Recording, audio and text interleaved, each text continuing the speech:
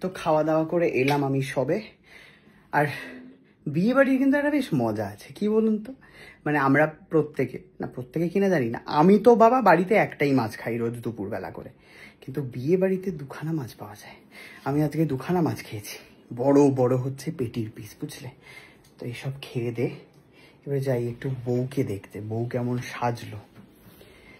হ্যাঁ, অনেকেই জিজ্ঞেস করেছো যে এ কে, কার বিয়ে হচ্ছে। এ হচ্ছে আমার ফ্ল্যাটের নিচে থাকে, আর খুব ভালো হচ্ছে গৃহকর্মে নিপুণা একটি মেয়ে, যে কিনা হস্তশিল্প মেলার বউ বলি আমি ওকে। তার কারণ হচ্ছে নিজের জুতো থেকে গায়ে হলুদে যেই ড্রেসটা পরেছে রানী কালারের, সেই ড্রেস থেকে শুরু করে মানে কি না বানাতে পারে না, মায়ের ব্লাউজও বানিয়ে দেয়, সব কিছু, মানে প্রচুর কর্মঠ আর হস্তশিল্পওয়ালা একটা মেয়ে। তো ওরই হয়ে যাচ্ছে আজকে বিয়ে 10 বছর পুরনো প্রেমিকার সাথে, বাপরে সরি প্রেমিকের সাথে। তো এই হলো ব্যাপার। তো বিয়ে বাড়িতে বর আসবে যখন তখন তো ডেফিনেটলি দেখাবো। কিন্তু খেয়েছি আজকে আমি খুব ভালো, বুঝলি, দুখানা বড় বড় পেটির কাতলা মাছের মাছ। টাটা, চলো বউকে দেখিয়ে দিই।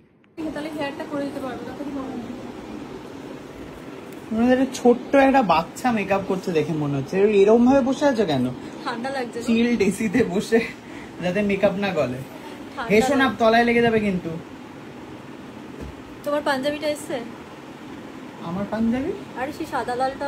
হ্যাঁ হ্যাঁ হ্যাঁ হ্যাঁ, এই ওটাই পরবো কি? সাদা লালই তোমাদের থিম?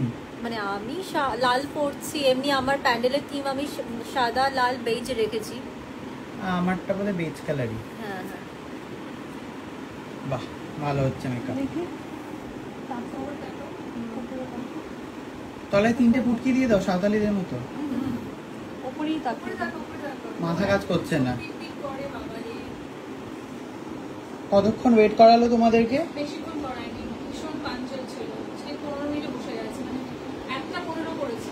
অন্যান্য ব্রাইডদের মতো নয় বলছো, তাই তো? না, দেখো আরেকটা ব্রাইড আছে, এখনো বসেনি। এখানে আরেকটা ব্রাইড আছে? এখান থেকে টালিগঞ্জে আছে, আমি যাবো এটা করে, এখনো সে বসেনি, সে গাড়ি করে যাচ্ছে। বাবারে, বাহ। 9টার সময় ছাড়বো, এই পাঞ্চাল ছিল, ওই জন্য একটু সময় পেলাম, ভালো করে একটা করে দিয়েছি। দেখেছো তো কিরম তাড়াহুড়ো চুল করেছি, সাদা হয়ে গেছে। দেখলে তো ছাদে কিরম তাড়াহুড়ো করলাম। হ্যাঁ বাবা, বিশাল তাড়াহুড়ো করেছে। ফ্ল্যাশ পড়াবে এখন আমি দেখলে বউ ঝটপট কমেন্টে লেখো। আর একটা সুখবর হচ্ছে 80% ইয়েস বলেছে এখনো অবধি। যেই দাদাদের কাছে আমি গেছিলাম লোনের জন্য, ওরা 80% ইয়েস বলে দিয়েছে। আর এই ধরো বাই ইভিনিং ফুল কনফার্মেশন দিয়ে দেবে। আর যদি ইভিনিংয়ে না হয় তাহলে কালকে সকালবেলা কনফার্মেশন দিয়ে দেবে যে লোনটা হচ্ছে তো ডেফিনেটলি হচ্ছে, এরকমই বলেছে। কারণ 80% অনেকটাই বেশি চান্স। সো যাই হোক, ফিঙ্গার ক্রসড।